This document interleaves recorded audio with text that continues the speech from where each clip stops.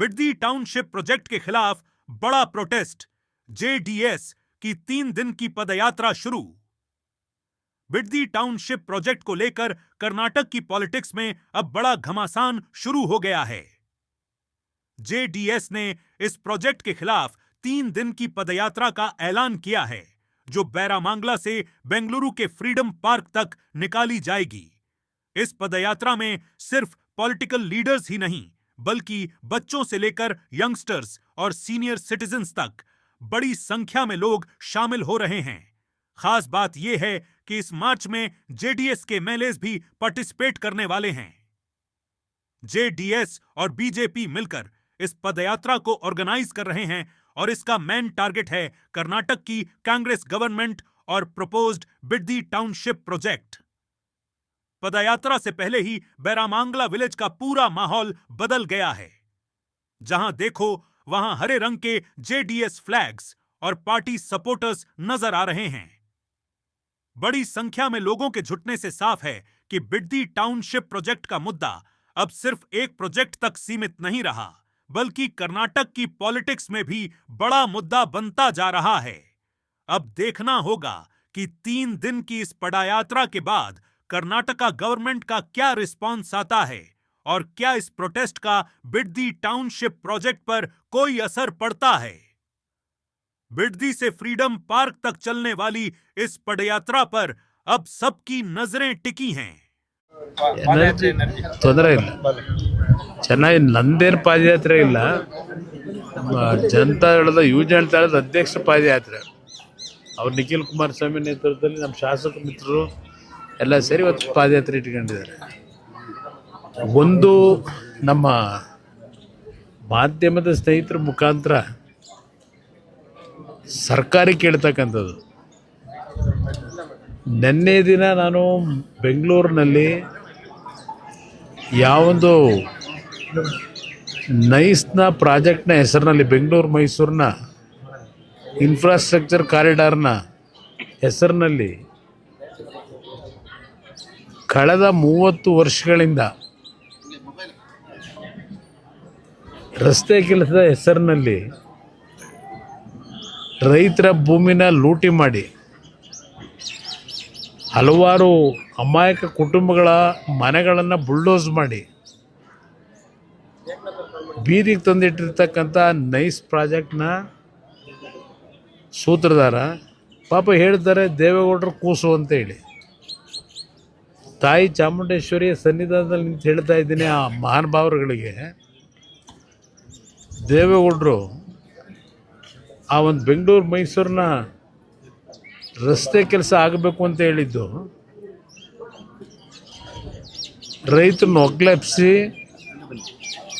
ಲೂಟಿ ಮಾಡ್ತಕ್ಕಂಥ ದಗಾಕೋರ್ ಕೆಲಸ ಮಾಡಿ ಅಂತ ಹೇಳಿದ್ರಾ?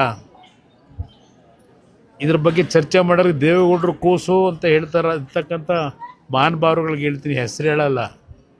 ಅವರಿಗೆ ದೇವೇಗೌಡರ ಬಗ್ಗೆ ಚರ್ಚೆ ಮಾಡ್ತಕ್ಕಂಥ ಹುಂಗುಷ್ಟು ನೈತಿಕತೆಯೂ ಉಳಿದುಕೊಳ್ತಾ ಇರ್ತಕ್ಕಂಥವ್ರು ಅವರೆಲ್ಲ. ರಾಜ್ಯದ ಅಭಿವೃದ್ಧಿಗೋಸ್ಕರವಾಗಿ ಒಂದು ಮೂಲಭೂತ ಸೌಕರ್ಯ ಕೊಡಬೇಕು ಅಂತಕ್ಕಂಥ ದೃಷ್ಟಿಯಿಂದ ಅವತ್ತು ಈಗಿನ ರೀತಿಯಲ್ಲಿ ಸರ್ಕಾರಗಳು ಆರ್ಥಿಕವಾಗಿ ಶಕ್ತಿ ಹೊಂದಿರಲಿಲ್ಲ. ಅವತ್ತು ಬಹುಶಃ ದೇವೇಗೌಡರ ಕಾಲದಲ್ಲಿ 3,000 ಕೋಟಿ ಕರ್ನಾಟಕ ರಾಜ್ಯದ ಬಜೆಟ್ಟು.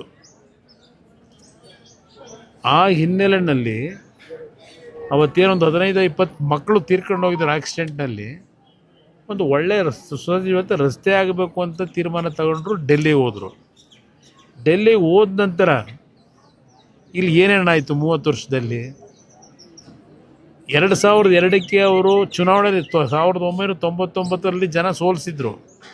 2002ರಲ್ಲಿ ಮತ್ತೆ ಕನಕಪುರದಲ್ಲಿ ಲೋಕಸಭೆ ಉಪಚುನಾವಣೆಯಲ್ಲಿ ಗೆದ್ದರು. ಆಗ ರೈತರು ಬಂದು ಅವ್ರ ಮುಂದೆ ಆ ಯೋಜನೆ ಹೆಸರಿನಲ್ಲಿ ಏನೇನು ಅಕ್ರಮಗಳಾಗ್ತಾಯಿದೆ, ರೈತರ ಭೂಮಿನ ಕಾನೂನು ಬಾಹಿರವಾಗಿ ಲಪಟಾಯಿಸ್ತಕ್ಕಂಥ ಲೂಟಿ ಮಾಡ್ತಕ್ಕಂಥ ಕೆಲಸಕ್ಕೇನು ಅವತ್ತಿನ ಸರ್ಕಾರಗಳು ಚಾಲನೆ ಕೊಟ್ಟಿದ್ದರು. ಅದನ್ನು ಹೇಳಿದ ಮೇಲೆ ನಿರಂತರವಾಗಿ ಆ ಪ್ರಾಜೆಕ್ಟ್ನ ವಿಷಯದಲ್ಲಿ ಆಗಿರ್ತಕ್ಕಂಥ ಕಾನೂನು ಬಾಹಿರ ಚಟುವಟಿಕೆಗಳು, ಇಲ್ಲೀಗಲ್ ಆ್ಯಕ್ಟಿವಿಟೀಸ್ ಬಗ್ಗೆ ಧ್ವನಿ ಎತ್ತಕ್ಕಂಥ ಕೆಲಸ ಏನು ಮಾಡಿದ್ರು. ಅವತ್ತಿನಿಂದ ಅವ್ರದ್ದು ನಿರಂತರ ಒಂದೇ ಸ್ಟ್ಯಾಂಡಲ್ಲೇ ಇದ್ದಾರೆ. ನಾನು ನೆನ್ನೆ ಹೇಳಿರ್ತಕ್ಕಂಥದ್ದು ಯಾವ ಒಂದು 28ನೇ ತಾರೀಕು ಕರ್ನಾಟಕ ಹೈಕೋರ್ಟ್ನಲ್ಲಿ ಡಬಲ್ ಬೆಂಚ್ನಲ್ಲಿ ಕೊಟ್ಟಿರ್ತಕ್ಕಂಥ ತೀರ್ಪಿನ ಹಿನ್ನೆಲೆಯಲ್ಲಿ ಸರ್ಕಾರಿ ಕೇಳ್ತಾ ಇರೋದು ನಾನು. ಈ ತೀರ್ಪೇನು ಕೊಟ್ಟಿದ್ದಾರೆ ಪಾಪ ಪ್ರಿಯಾಂಕಾ ಖರ್ಗೆ ಎಲ್ಲದಕ್ಕೂ ನಾನು ಎಲ್ಲಿ ಬಾಯಿ ತೆಗಿಬೇಕು ಅಂತೇಳಿ ಕಾಂಪಿಟೇಷನ್ನು ಈಗಂತೂ ಭಾಳ ಕಾಂಪಿಟೇಷನ್ ಪ್ರಾರಂಭ ಆಗಿದೆ.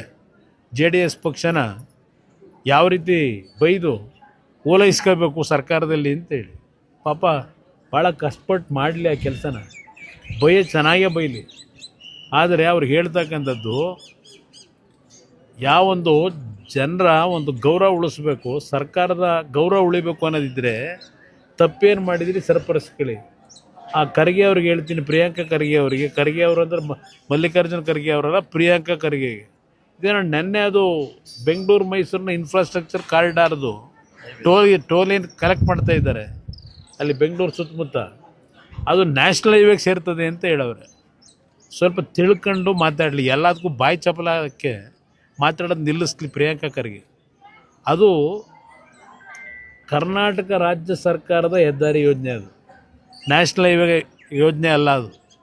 ಅದರಿಂದ ಅಲ್ಲಿ ಟೋಲ್ ಕಲೆಕ್ಷನ್ ನಿಲ್ಲಿಸಬೇಕಾಗಿರೋದು ನ್ಯಾಷನಲ್ ಹೈವೇ ಅಲ್ಲ, ರಾಜ್ಯ ಸರ್ಕಾರ.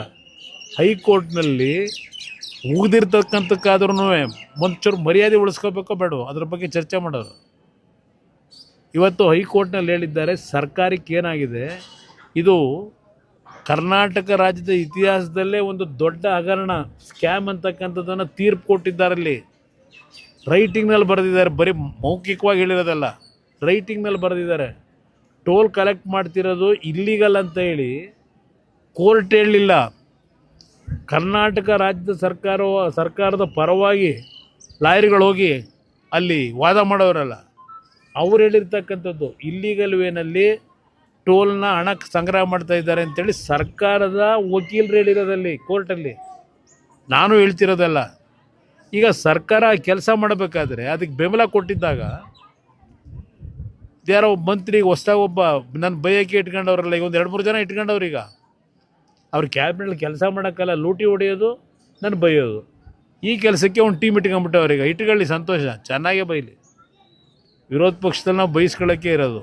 ಇಲ್ಲಿ ಅವ್ರಿಗೆ ಹೇಳ್ತಕ್ಕಂಥದ್ದು ಯಾವ ಒಂದು ಇಲ್ಲೀಗಲ್ಲಾಗಿ ಕಲೆಕ್ಷನ್ ಮಾಡಲಿಕ್ಕೆ ಈ ಸರ್ಕಾರಗಳು ಬಿಟ್ಟವ್ರೆ, ಇವ್ರ ಕೈಲಿ ಆಗಲಿಲ್ಲ. ಅದಕ್ಕೆ ನಾಡಿನ ಜನತೆಗೆ ಹೇಳಿದ್ದೇನೆ, ಟೋಲ್ ಕಟ್ಟಬೇಡಿ. ಇದು ಕಾನೂನು ಬಾಹಿರವಾಗಿ ಹಗಲು ಮಾಡ್ತಾ ಇರ್ತಕ್ಕಂಥ ಕೆಲಸ. ಕೋರ್ಟಲ್ಲೇ ಹೇಳಿದ್ದಾರೆ, ಇಲ್ಲೀಗಲ್ಲಾಗಿ ಈಗಾಗಲೇ ಸುಮಾರು 2,000 ಕೋಟಿ ಕಲೆಕ್ಷನ್ ಮಾಡವ್ರೆ.